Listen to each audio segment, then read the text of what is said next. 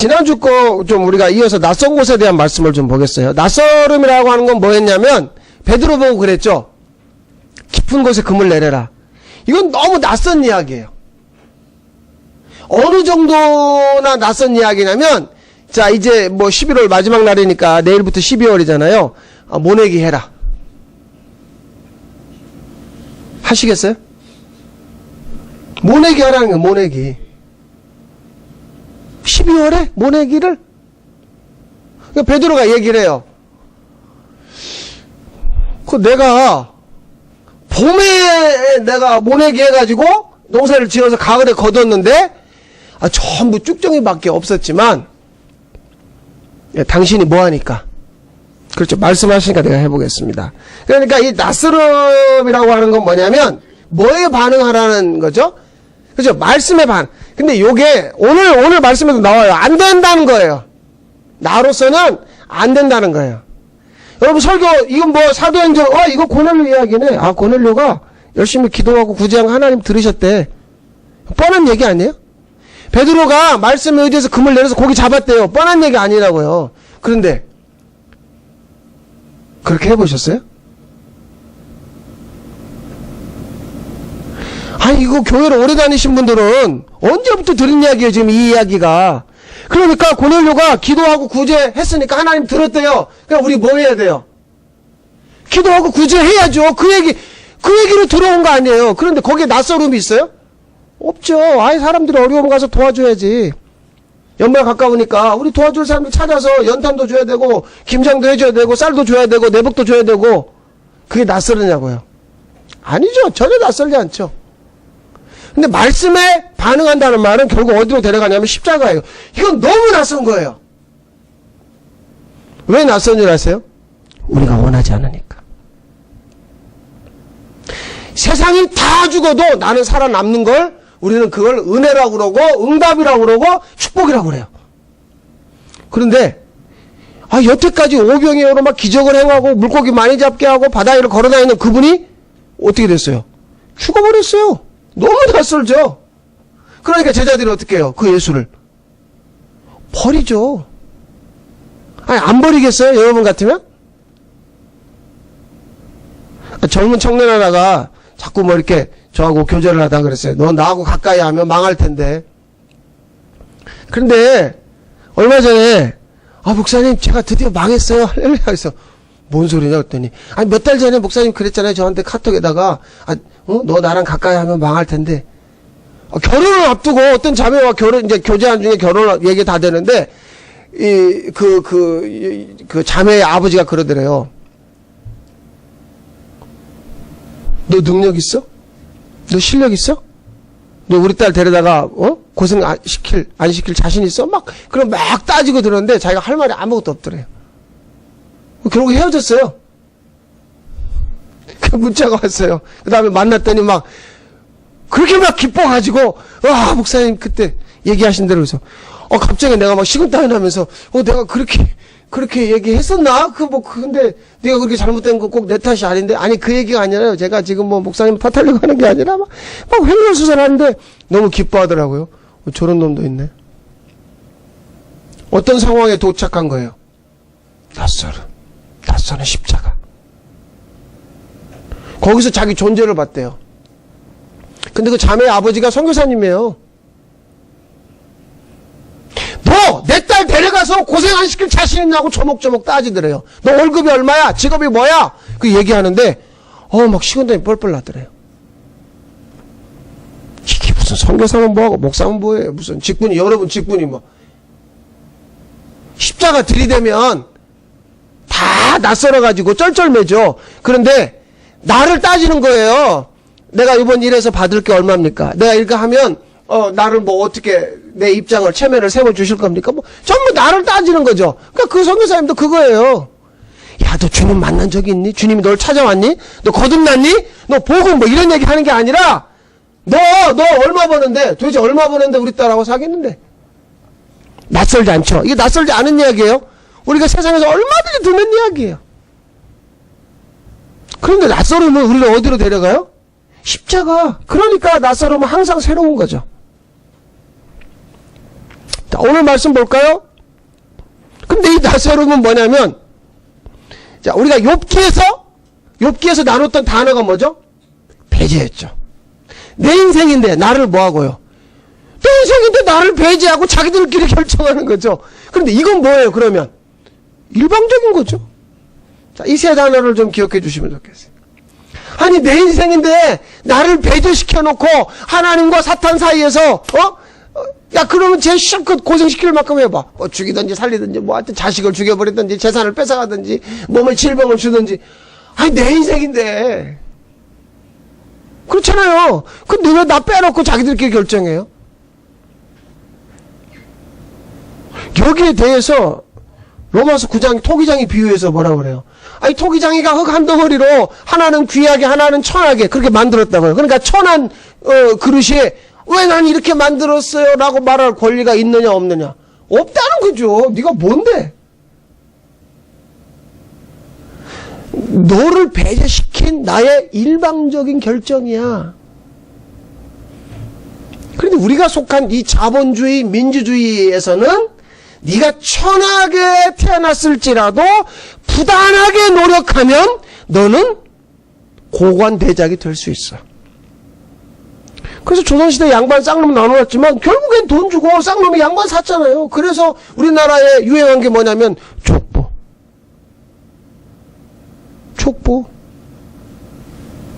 저 금병산 밑에 가면 무슨 족보 연구소 하나 차려놓고 전철에 실컷 광고해서 사람들이 막 찾아와가지고 막 자기의 조상을 뿌리를 찾아서. 예? 그거 왜 그렇죠? 아, 설령 나를 배제시키고 일방적으로 결정했다 할지라도 내가 이 낯설은 땅에서 내가 뭔가 이루어내 보리라. 그래서 TV에 다큐멘터리 그런 게 다 나오는 거 아니에요? 저 중앙아시아로 이주한 뭐 조선족들이 우리 조상들이 거기서 어떻게 일어났다 살아났다 사할린에 어땠다 뭐 다 그런 얘기죠. 그 세상에서 자서전 나오는 내용들이 뭐예요? 자수성가 해가지고 이렇게 됐다는 거죠. 여러분 하나님 편에서 보시면 웃음이 나오는 이야기죠. 한번 이렇게 생각해 보세요. 해운대 바다에 애들이 모여가지고 모래로 어마어마한 성을 쌓고 뭐 막 해놨어. 그래서 와 이제 내가 여기서 살 집이다. 막 그래 신나가지고 거기서 막 떠들어대는 거 뭐 어른들이.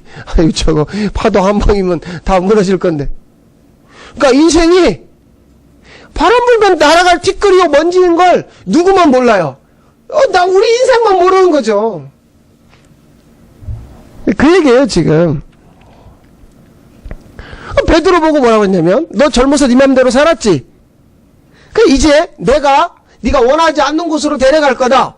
그 낯선 곳으로 데려가겠다는 결정을 베드로하고 합의했어요? 합의 안 했다니까요. 자, 우리가 지금 원하는 건 뭐냐면 출애굽기를 가지고 잠깐만 설명할게요. 우리가 원하는 건 옮겨지는 걸 원하지 않아요. 무슨 얘기냐면 그 출애굽기 1장에 보면 이제 막 이스라엘 백성이 고달프니까 주여 막 기도했어요. 그게 상달되었더라. 그러면 애굽에서 데리고 나와서 광야 거쳐서 가나안으로 데리고 가는 건 그건 누구 계획이에요? 하나님 계획이죠. 아니 이스라엘은 원하지 않았다니까요. 이스라엘이 원하는 건 뭐였어요? 내가 이 노동의 여건을 개선해 달라는 거죠. 난 그냥 여기 살고 싶다는 거예요. 난 여기서 편안하게 고생 안 하면서 살게만 해주세요. 모세가 와가지고 능력행해가지고 바로가 우리한테 잘해주길 바라는 건데 갑자기 싹 데리고 나가버리는 거죠. 이스라엘은 원하죠. 그러니까 광야에서 계속 뭐라고 그래요? 우리가 언제 툭하면 그 얘기하죠. 왜 데리고 나와서 우리 고생시키는데 거기서 그냥 고생 안 하면서 살게 해달라고 했는데 왜 네가 우리를 데리고 나와서 그 얘기죠. 그러니까 하나님은 야 이스라엘 저기 다 모여봐봐. 내가 있잖아 저쪽에 가나안 땅을 준비했어. 그런데 너희들이 광야를 거쳐서 내 가기 전에 홍해가 쫙 갈라져가지고 멋있게 들어갈 거야. 이런 거 한마디도 없어요. 그냥 데리고 가버리는 거죠. 일방적인 결정이죠. 그 얘기예요. 자 그러면 이제 여기서 중간 점검하고 가자는 말이에요. 그럼 현재 내 삶은 내가 젊어서 내가 어렸을 때 소녀적에 아니면 내 인생이 막 피가 끓는 청춘이었을 때 그때 내가 꿈꾸고 계획하고 바라던 거냐 아니냐 보잔 말이에요, 지금. 너무 먼 이야기예요? 그러면 5년 전에, 3년 전에, 그때 내가 생각했던 대로 인생이 내가 원하는 대로 쫙 흘러가고 있냔 말이죠. 근데 이제 와서 보니까 정말 짜증나게, 성질나게, 기분 나쁘게, 이건 진짜 내가 한 번도 생각하지 않았던, 나를 배제시켜놓고 이렇게 결정해가지고 일방적으로 나한테 이렇게 낯선 곳으로 데려오면 어떡하십니까? 그거냔 말이에요. 그렇다면, 하나님의 구원 안에 내가 있다는 거죠. 그렇다면. 그런데 이 낯선 곳에서 여전히 혹시 이거 하시는 거 아닌가 싶어요. 여전히 열심을 내가지고 이 나를 배제한 일방적인 결정에 대항해서 좋습니다. 요즘 인생이 80이요. 이제는 120까지 산다는데, 근데 아직도 5, 60년을 거뜬하게 살아야 되니까, 지금부터 내가 부단하게 내가 몸부림치고 노력하면, 여기서 내가 벗어날 거라고 믿고, 혹시 몸부림치고 계시진 않는가. 그건 하나님의 구원에서 나 스스로 빠져나오려고 하는 헛된 열심이죠. 그러니까, 제가 설교는 이렇게 얘기하지만, 그 다음 말씀을 좀 보고 얘기를 할까요? 그럼 낯선 곳으로 누가 데려가냐면 오늘 말씀에 나와 있어요. 새 영을 부어서. 19절 보실래요? 베드로가 지금 이때의 베드로는 어떤 베드로냐면요. 자, 십자가 앞에서 예수님이 3번 부인하고 도망갔죠? 그 다음에 물고기 잡다가 또 주님 만나가지고 부활하신 주님, 너 낯선 곳으로 데려가리라. 아멘 했죠? 그 다음에 마가의 다락방에서 성령이 임하니까 베드로가 멋지게 설교하고 하루에 3,000명이 회개했죠? 그런 걸 다 겪어서 여기까지 온 거예요, 지금 베드로가. 그것만이 아니에요. 지금 이 베드로가 말이에요. 그 앞에, 우리가 보지 않았지만, 구장에 가면, 죽어있는 도로가라는 여자를 살려내버리는, 이때 이제 베드로라고 하는 사람은 정말 유명한 사람이 된 거예요. 그런데, 새 언약, 새 영을 부어준다는 건 뭐냐면, 에스겔 36장이나 예레미야 31장에 보면, 굳어있는 너희 마음에, 그러니까, 이미 베드로가 유명한 인물이 됐음에도 불구하고 베드로 안에는 뭐가 굳어져 있느냐? 자, 요 내용은 그 내용이죠.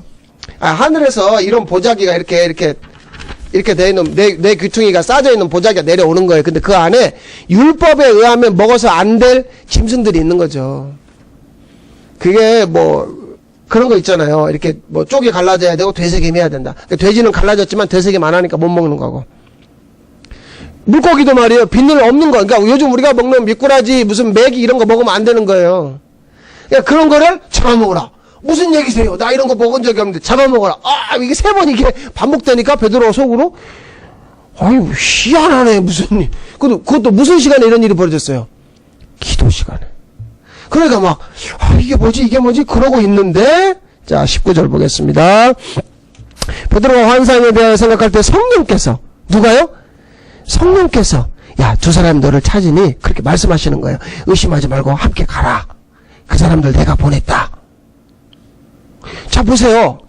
낯선 곳으로 누가 데려가는가? 그러니까 내가 찾아서 아골골짝 빈들에 내가 가보겠습니다.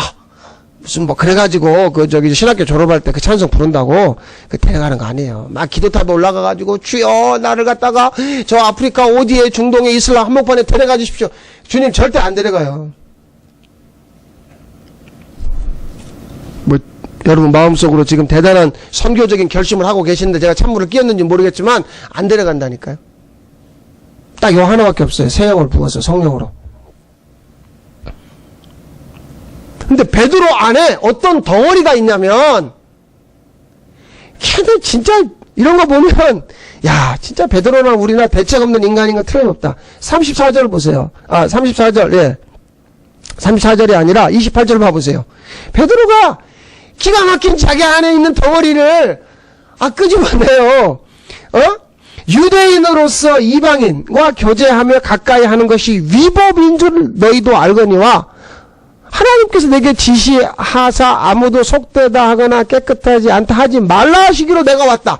그러니까 베드로 안에는 베드로가 죽은 자도 살리고 말이죠. 막 기도의 능력이 있고 대단한 것 같지만 그 안에 어떤 덩어리가 아직도 있어요.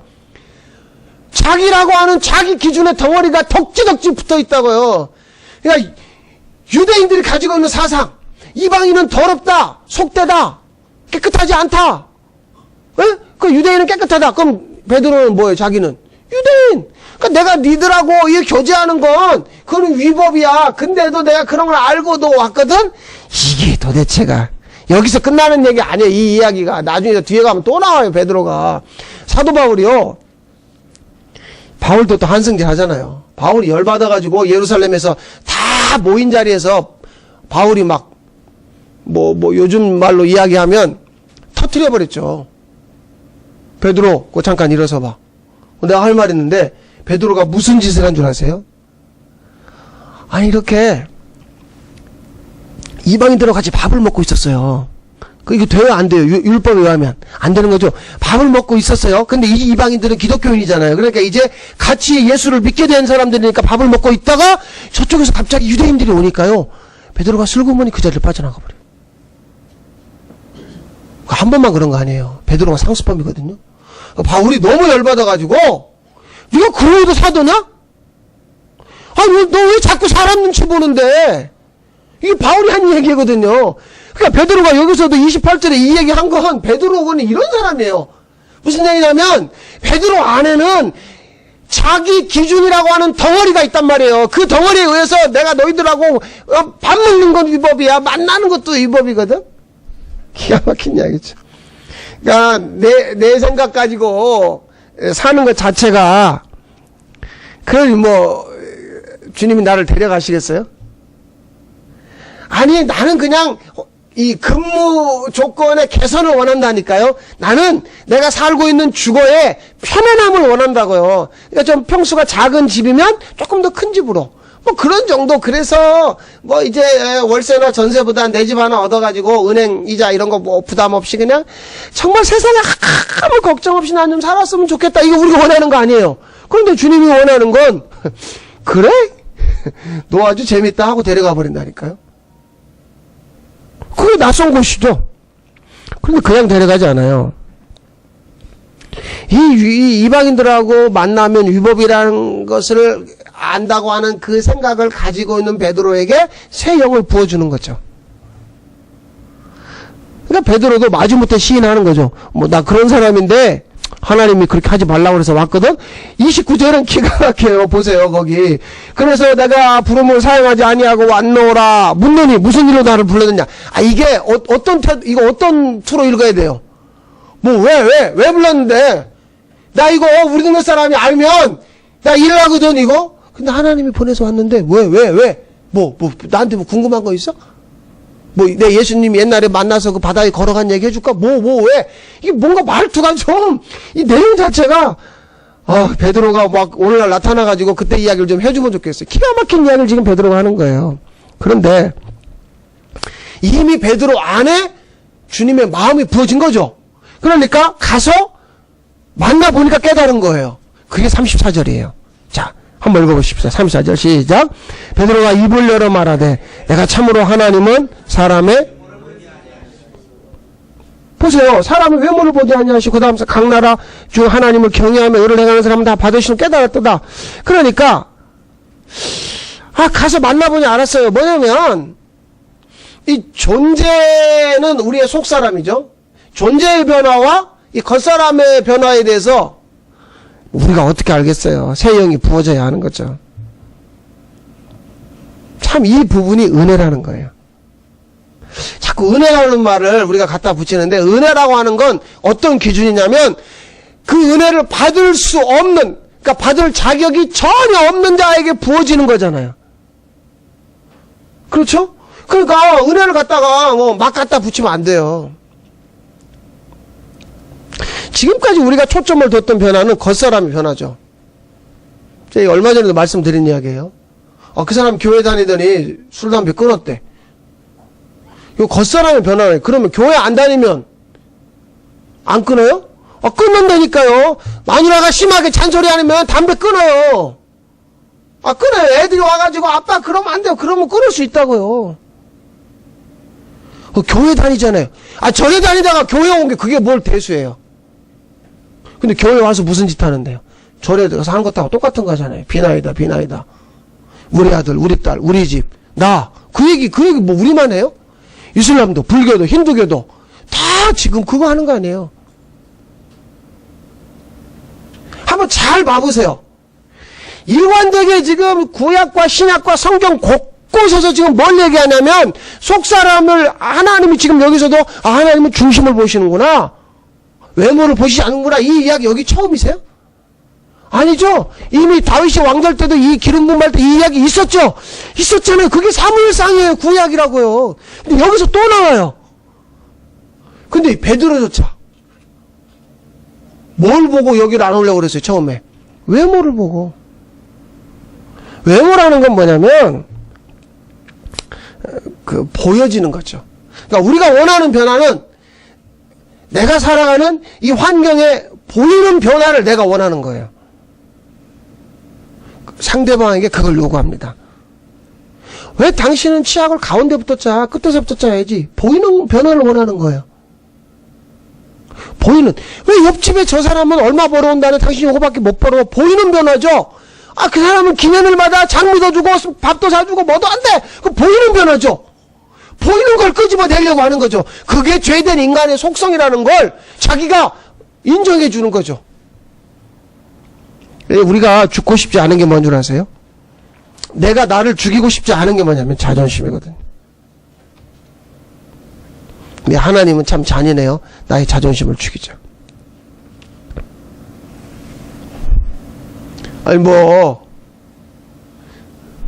그렇잖아요. 다른 사람 앞에 내가 얘기할 거리에 대해서, 근데 그게 내 자존심은 내가 숙이고 들어가고 싶지 않은 거예요. 근데 하나님은 무참하게 그걸 짓밟아 버린다니까요. 너 네 자존심? 야, 너 아직 살았냐? 웃기지 마. 까불지 마.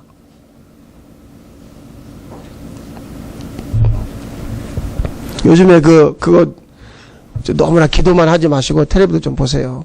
미생이라는 만화 웹툰이 있었어요. 그게 책으로도 나오고 해서 갑자기 텔레비 나온 지 한 달 만에 지금 올해 처음으로 밀레니엄 셀러드 100만 부가 팔렸어요. 올해 우리나라에 100만 부 팔린 책이 없어요. 그거밖에. 근데 거기 나와 있는 주인공이 고등학교 나와서 뭐 대기업에 계약직으로 들어갔는데 서울대 나온 최고의 스펙을 가진 그 입사 동기가 처음에 정말 무시하고 네가 뭘 아느냐 뭐 아주 건방을 떨었죠. 그런데 이 고등학교 나온 이 동기가 막 계속해서 일을 잘하고 사장도 그를 칭찬하고 막 회사에서 이제 소문이 자자하니까 어느 날 이 서울대 나온 녀석이 너 그 사람은 자기 고등학교 나온 동기를 뚫어지게 쳐다보면서 그 다음날 얘기하는 거예요. 내가 너를 통해서 내가 배우고 있다. 그 얼마나 자존심이 뭉개지는 이야기예요. 근데 지 자존심으로 상대방을 짓뭉갠 건 생각하지 않죠. 우리는 계속 자기의 자존심을 세워가려고 한다니까요. 그러니까 낯선 곳으로 주님이 나를 데려가질 않죠. 오히려 내가 내 자존심 세우려다가 낭떠러지로 떨어지는 거죠. 보여주려고 자꾸 보여주려고. 그 자존심이잖아요. 그 자존심이 나란 말이에요. 고개 숙이지 마세요. 다 그게 제 옛날에 다 그런 거 제가 해본 사람이니까. 그런 거 안 해봤겠어요? 저희 집사람이 저보고 결혼하고 얼마 안 지나서 언젠가 그 얘기를 하더라고요. 당신은 별로 내세울 것도 없는데 큰 소리 치는 거 보면 자기가 의아해가지고 저보고. 왜냐하면 저는 진짜 대학에서 제대로 된 학위를 받은 것도 없고 우리 아버지는 서리 집사였다가 돌아가셨는데 항전직도 아니고 말이죠. 제가 옛날에 지방에 있는 좀 큰 교회 부목사로 면접할 때 따지다가 안 된다고 장로들이 벌떼같이 일어나고 저 사람 안 된다고 앉혀놓고 손가락질 하더라고요. 그래서 틀렸구나. 근데 갑자기 한 분이 그런데 장인은 뭐 하세요? 그러니까 목사님이신데요. 그럼 장인 봐서 써. 그리고 못하면 돌려보내버려. 뭐 이런 얘기를 들으면서 내가 그 교회에 부임한 적이 있다니. 그래도 우리 장인어른이 목사님이니까. 내가 그래서 평생에 내가 감사하고 있어요. 아이고, 내가 목사님 딸하고 결혼하기를 잘했고. 그거 뭐예요? 내 자존심 아니에요? 그렇죠. 자존심이죠. 우리 그러고 싶어서 사는 거 아니냐고요, 다. 누구한테, 나 이런 사람이야, 내세우려고. 그건 무슨 변화라고요? 겉사람의 변화, 보이는 변화. 점점 거울을 보면서, 왜 자꾸 우리 아버지가 보이려고 하지? 내가 나를 보고 있는데, 막 점점 이 모습 속에서, 그러니까 이거 무슨 변화예요? 겉사람의 변화죠. 근데 주님이 자꾸 우리를 지금, 뭐를 지금 만지시려고 그래요? 속사람, 존재를 주님은 지금 그거 만지고 싶어 하거든요. 그러니까, 무슨 얘기예요? 나 지금까지 그런 거 한 적 없는데, 까불지 말고 가! 베드로가 무슨 은혜 받아가지고 말이죠. 아골골짝 빈들에 가겠습니다. 베드로가 그래서 지금 간 거예요? 안 가려고 버티는 거를, 내가 사람의 외모를 보지 않고 중심을 본다는 걸 여기서 정확하게 명확하게 새 영을 부어서 데리고 간다는 걸 보여주기 위한 이 결정이 일방적인 결정이라고요. 베드로하고 성령님하고 합의하여 벌어진 일이 아니라니까요. 베드로의 자존심은 여기서 완전히 뭉개지는 거죠. 뭉개지는 게 아니라 하나님이 뭉개버리는 거죠. 새 영을 부어서 새 언약을 이루시기 위해서. 존재의 변화는 우리 스스로 이건 어떤 훈련이나 노력으로 되어지는 게 아니에요. 내 중학교 때부터 교회에서 철야했다니까요. 그 당시 한국교회 문화가 그랬어요. 밤 10시부터 새벽 4시까지요. 6시간 동안 기도하다가 간식 먹다가 무슨 교제하다가 또 기도하다가 간식 먹다가 교제하다가 그 당시 그래서 어떻게 됐는데요? 존재가 변화됐어요? 여름이나 겨울이나 솥단지 들고 기도원 가가지고, 그 중학생, 고등학생들이 기도원 가가지고 일주일씩 기도원 집회 참석하고, 무슨 입신한다고 그러고, 방언한다고 그러고, 별짓 다 해봤다고요. 존재의 변화가 일어났어요?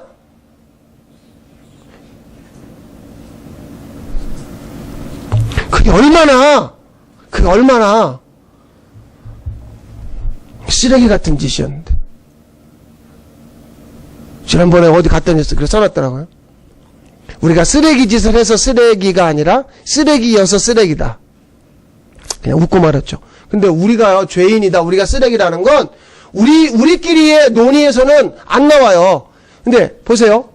내가 죄인인 거는요, 그건 누가 결정하는 줄 아세요? 죄 없는 분이 넌 죄인이야, 그럼 죄인이야.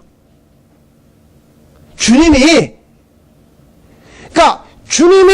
넌 죄인이라면 우리는 무슨 짓을 해서 죄인이 아니에요. 그냥 죄 없는 분이 죄인이라고 하면 죄인인 거예요. 근데 반대로 그분이 우리 보고 의인이라고 하면 의인인 거예요. 그러니까 모든 결정권이나 어떤 기준은 우리한테 하나도 없어요. 근데 우리끼리 어떤 덩어리를 가지고 있냐면 저 자식은 나보다 나쁜 짓 했는데 더 잘 사네? 이런 걸 끄집어낸다고 자꾸. 그러니까 이건 존재의 변화죠. 겉사람의 변화죠.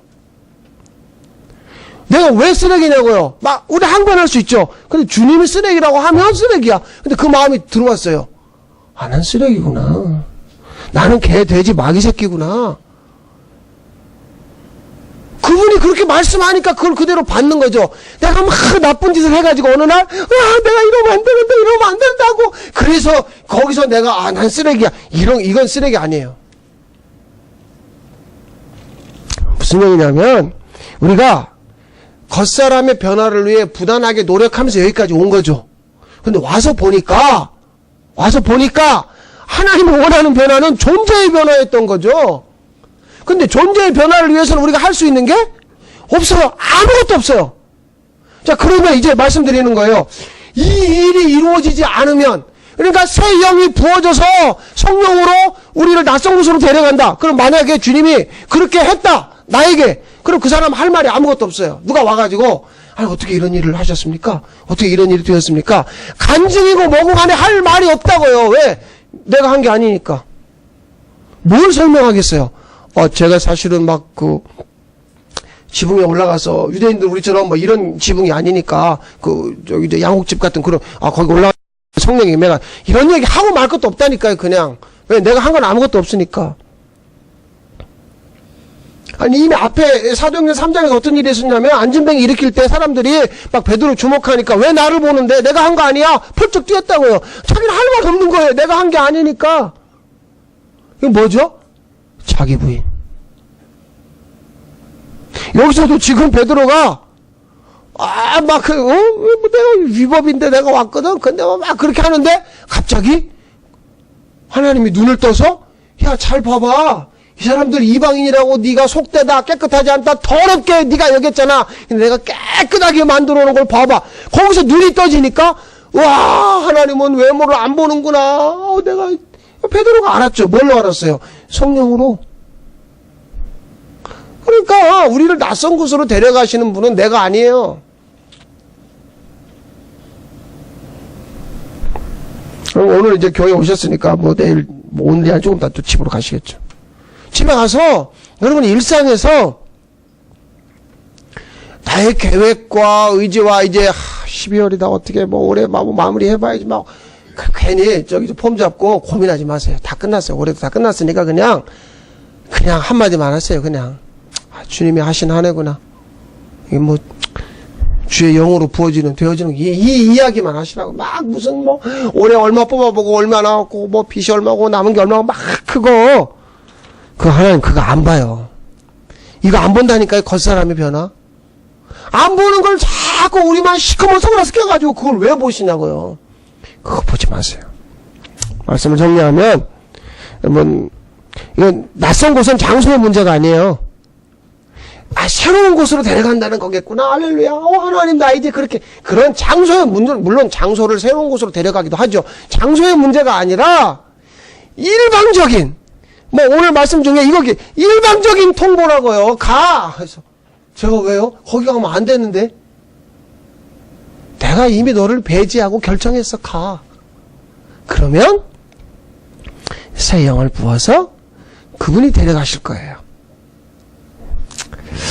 이 은혜가 있으시길 바랍니다. 기도하겠습니다. 주님, 우리 가운데 이 일을 이루실 주님을 신뢰하며 나아가게 하옵소서.